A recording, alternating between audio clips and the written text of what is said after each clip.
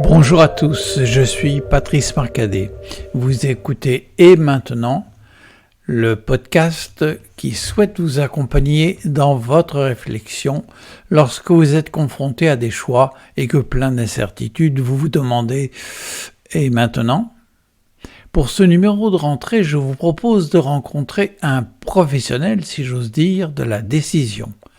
Il a voulu sa vie durant, garder la barre, choisir sa route. Médecin généraliste, il a pendant une quarantaine d'années accompagné des malades qui devaient répondre à la question « Et maintenant ?» après un diagnostic qui bouleversait le cours de leur vie.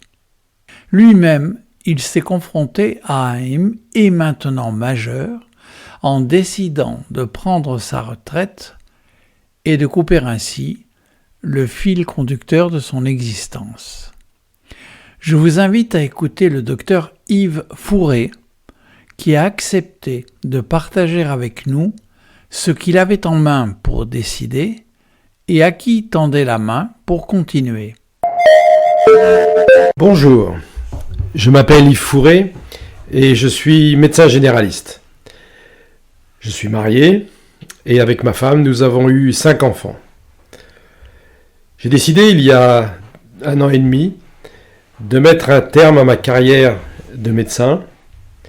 Et donc, s'ouvre devant moi, j'allais dire, une nouvelle vie. Le passage d'une vie professionnelle très active à la retraite correspond à mon avis à un vrai travail de deuil.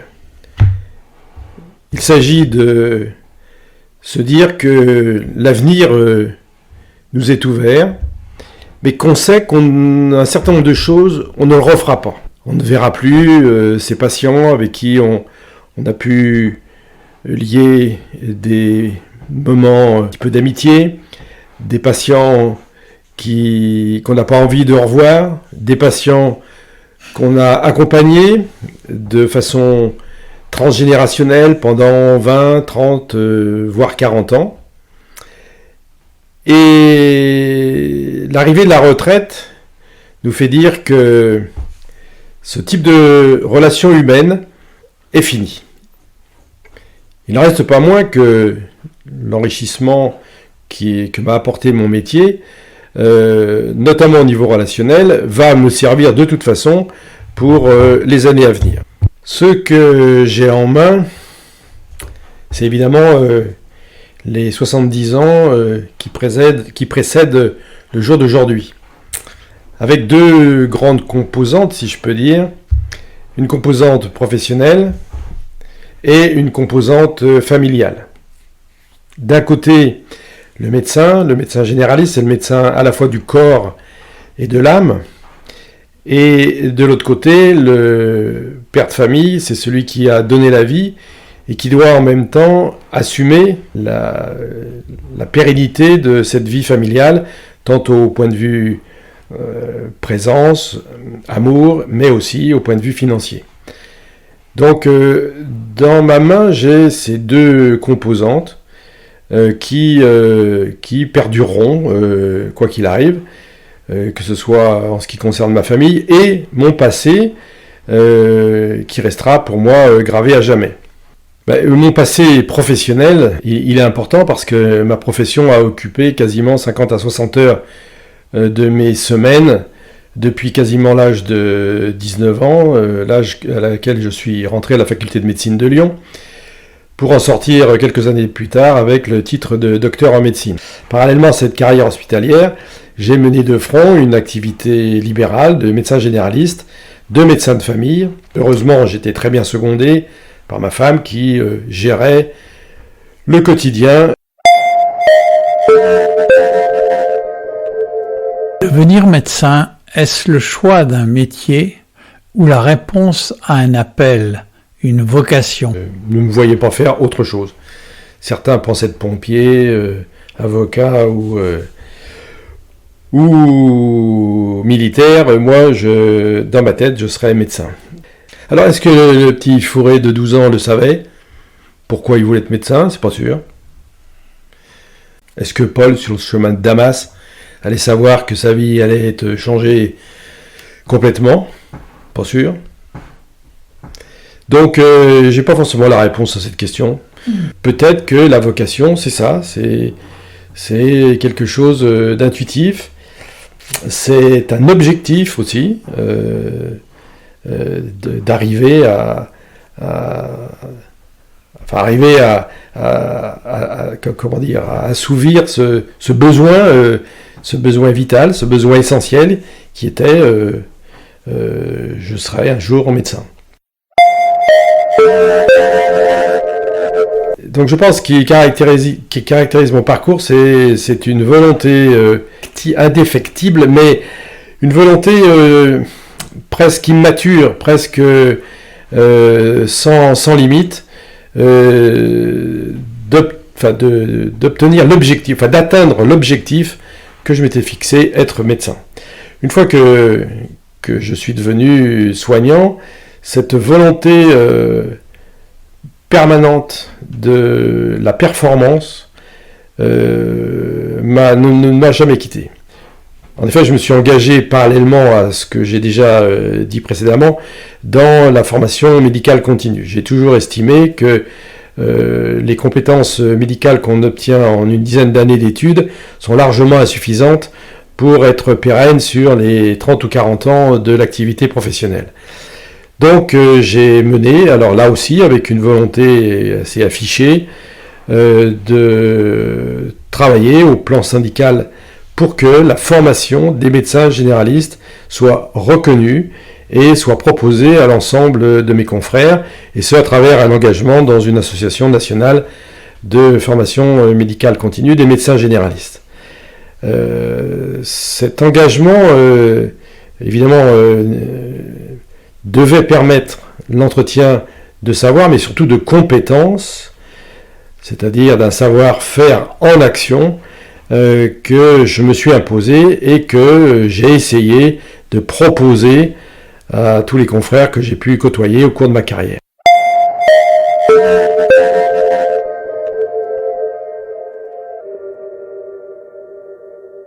Science et conscience, évidemment, sont très intimement liés dans ma démarche, et cette confiance dans la science, c'est aussi une forme d'humilité que justement on ne sait rien à un temps donné, et que ce qu'on croit savoir est remis en question dès le lendemain. En médecine, on admet que la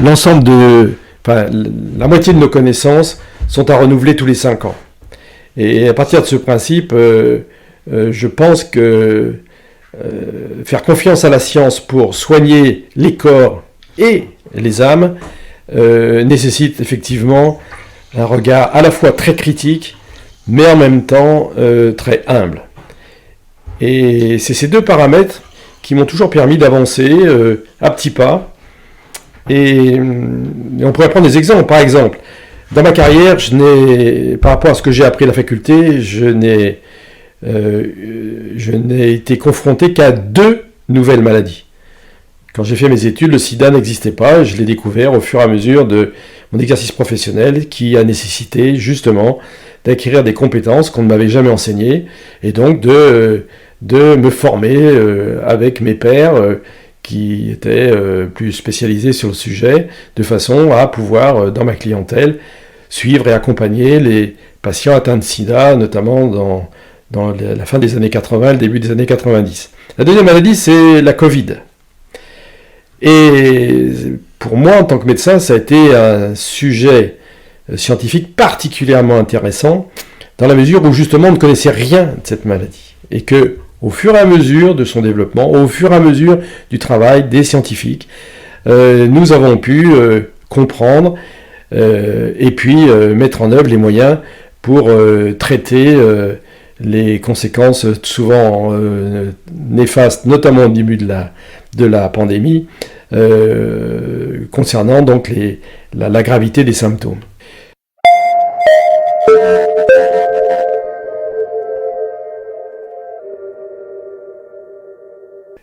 Ce qui est intéressant ce qui m'a toujours intéressé, dans ma position de médecin généraliste, c'est que justement, si la science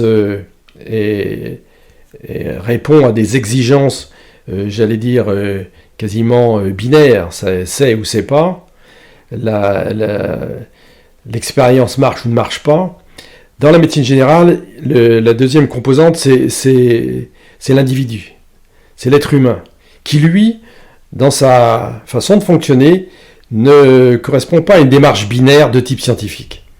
Et la grande richesse de la médecine générale, c'est de pouvoir associer des compétences scientifiques, pouvant s'appuyer sur des algorithmes, sur des démarches scientifiques complexes, mais aussi doit tenir compte de la spécificité de chacun des patients qui est en face de nous, avec son histoire, avec sa culture, avec son mode de vie, avec ses suffisances et ses insuffisances. Et c'est cette association des deux composantes, d'un côté une science normative et de l'autre côté une science humaine non normative, fait l'intérêt, m'a permis de pratiquer ce métier pendant 40 ans avec toujours le même plaisir et le même bonheur. Yves Fourré, quelle est la place de la foi dans l'exercice de ton métier? Avoir la foi, c'est quoi? Hier, j'ai assisté à un enterrement, un de plus, et tous les mots qui ont été proposés par le diacre pour lui résonnaient de façon très creuse pour moi, sauf pendant l'homélie où il est redevenu un homme. Mais le reste du temps, les mots Dieu m'accueille, Dieu va accueillir en son sein celui qui est dans ce cercueil, et Dieu dans sa grande miséricorde, soyons joyeux de tout ça, pour moi c'est une sémantique qui n'a plus de sens. Avoir la foi dans mon métier, donc finalement ça reposait sur une croyance que bien je pouvais aider mon prochain, je pouvais le soigner, mais avec une certitude, c'est que jamais je l'empêcherai de mourir. Donc le lien entre la vie et la mort dans ce métier, et peut-être que c'est ce qui m'a donné l'envie d'être médecin, c'est d'aider l'autre, mais là encore avec beaucoup d'humilité, sachant que je ne serai pas le Père éternel qui l'empêchera de mourir. Donc le lien entre la vie et la mort dans ce métier a été très très fort pour moi, peut-être parce que j'ai été marqué très tôt par la mort, notamment via le décès prématuré de mon père, à l'âge de 39 ans. Mais ce qui est sûr, c'est que j'avais décidé d'être médecin avant son décès. Donc pourquoi j'ai décidé d'être médecin? Je pense que c'est quelque part une forme peut-être de survie. Alors c'est possible que moi-même, pour survivre, il fallait que j'aide les autres à vivre. Si je jouais à Lacan, ce que bien évidemment je suis incapable, j'aurais écrit repère avec RE-père. Ouais. Est-ce que au cours de ma vie, au cours de ma vie professionnelle, de ma vie familiale, je n'ai pas cherché en permanence ce père qui était parti trop tôt, et qu'à travers mon métier, notamment, à travers ma vie de famille, notamment, j'ai été à la fois ce père pour un certain nombre de mes patients, pour mes enfants, tout en reniant quelque part le rôle de jouer ce rôle de père. Lorsqu'on soigne les gens, on sait très bien que en termes d'identification, le soignant peut prendre des postures, en tout cas est vécu par le patient de façon très différente, dans le cadre du transfert et parfois même du contre-transfert. Mais je pense que cette notion d'être un repère quelque part, donc, a pu me motiver à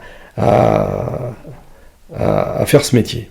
Alors dans ces repères, j'en ai quelques-uns. J'ai notamment la rencontre avec un prêtre qui m'a permis de faire une sorte de psychothérapie lorsque mon père est décédé pendant 2 ou 3 ans. Je l'ai vu régulièrement en entretien. C'était un prêtre. C'était pas un psychologue, mais il avait une forme de psychologie. En tout cas, il m'a certainement beaucoup aidé. Et après, je pense que plus que les individus, donc a priori, là, j'ai pas d'image particulière, c'est plus les structures. La structure syndicale dans laquelle je me suis investi, la structure de formation médicale continue nationale, dont je suis arrivé à être le président national pendant une dizaine d'années, et certainement c'est au sein de ces structures que j'ai pu à la fois me confirmer mes choix, améliorer ma pratique et avoir peut-être justement des repères qui m'ont aidé jusqu'à la fin de ma carrière.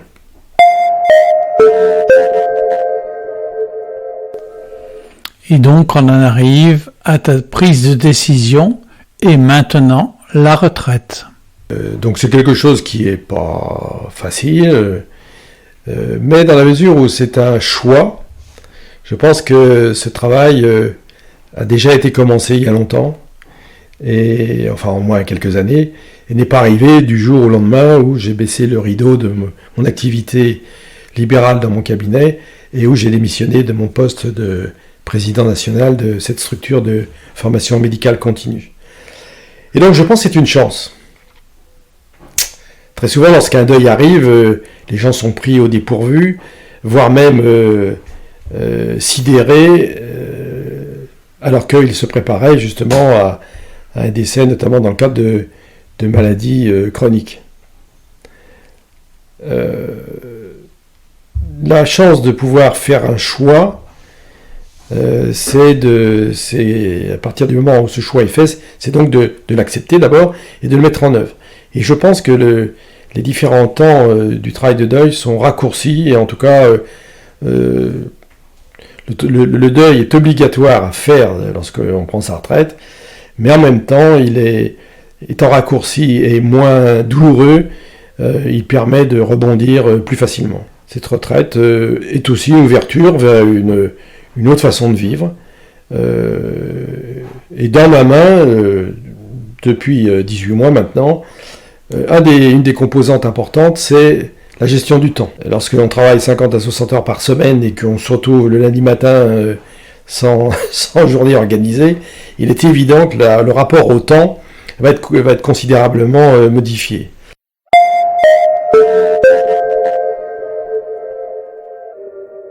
Ma vision des choses, c'est que c'est comme pour le pouvoir, le tout, c'est pas de prendre le pouvoir, c'est de le conserver et ensuite de le transmettre.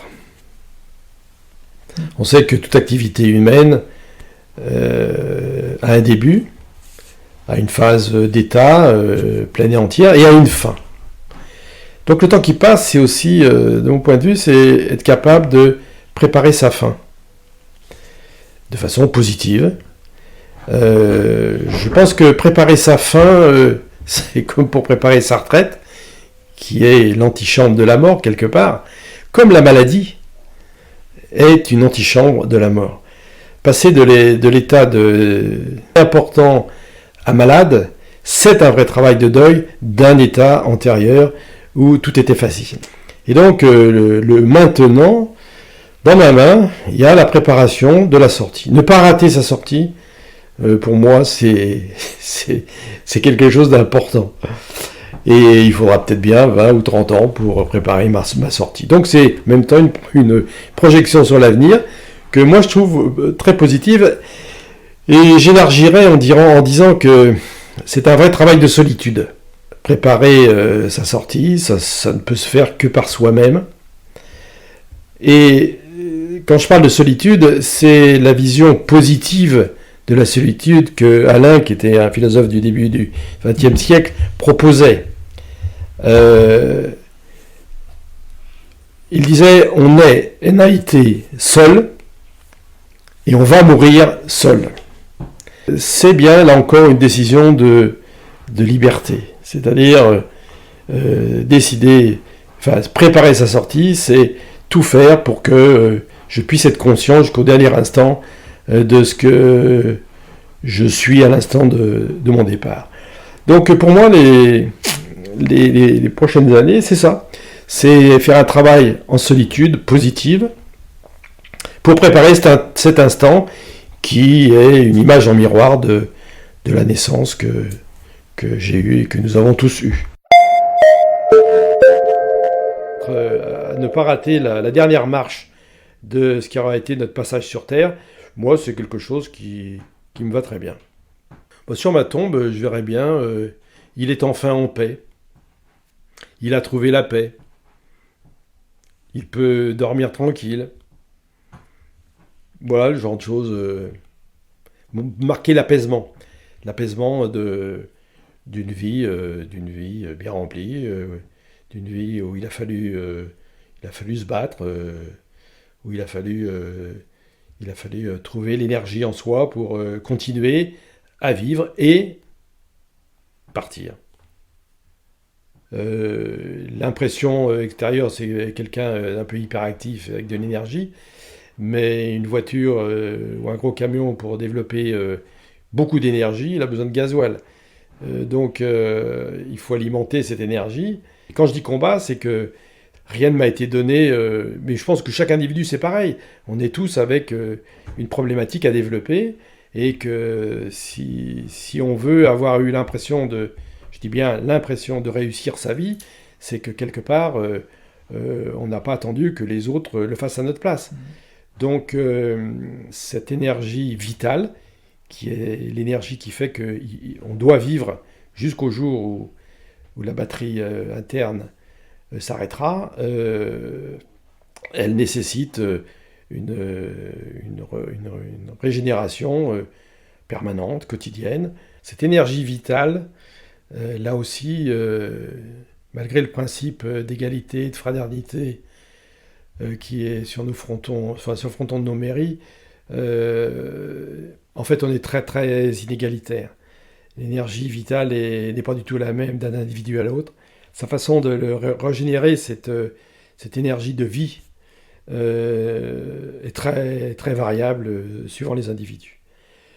Et personnellement, je pense une de mes façons de me régénérer sera d'aider, dans l'avenir, ceux qui manquent d'énergie. C'est-à-dire, éventuellement, d'aller aider, comme j'ai aidé toute ma vie, tous les gens qui sont confiés à moi, d'aider de la même façon, à leur donner un peu de l'énergie que j'ai peut-être en trop, pour les aider, eux, à retrouver cette énergie vitale qui peut leur manquer. Donc, c'est dans le rapport à l'autre que je pense que nous nous régénérons, tout en ayant comme objectif d'aider l'autre, lui aussi, à maintenir son haut niveau d'énergie, quand justement il a tendance à en manquer. Donc de ce côté-là, pour moi c'est relativement clair, ce transfert d'énergie, tant que je pourrai le faire, sera pour moi justement un signe d'avancement vers une fin positive, mais de toute façon qui sera une fin, on a bien compris, inéluctable. Pour l'instant, je travaille dans un groupe de travail plutôt scientifique, puisque j'anime un groupe de 12 personnes qui travaillons sur des sujets scientifiques, justement à mettre en forme pour les proposer à mes collègues généralistes encore en activité. Donc là, c'est une aide à l'autre à travers un travail important. Et puis après, je pense que ce sera à travers la vie associative, d'associations qui tentent d'aider l'autre, si possible dans un environnement non caritatif et plutôt plus neutre, politiquement parlant, quoi.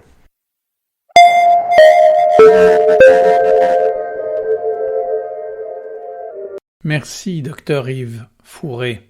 Merci, Yves, de t'être prêté à ma proposition du « Et maintenant la retraite ». Tu nous as bien fait partager tout ce que tu as en main pour affronter cette nouvelle étape de la vie.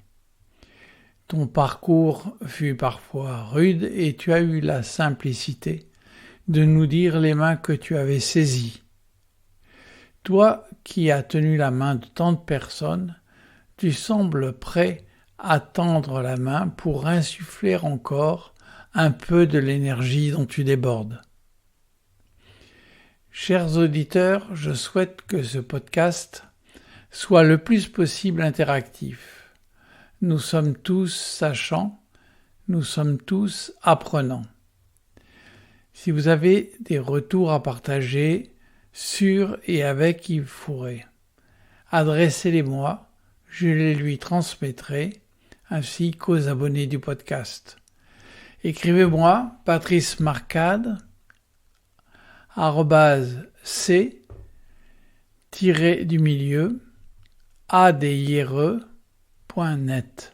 Patrice Marcade @c-adire.net. À bientôt.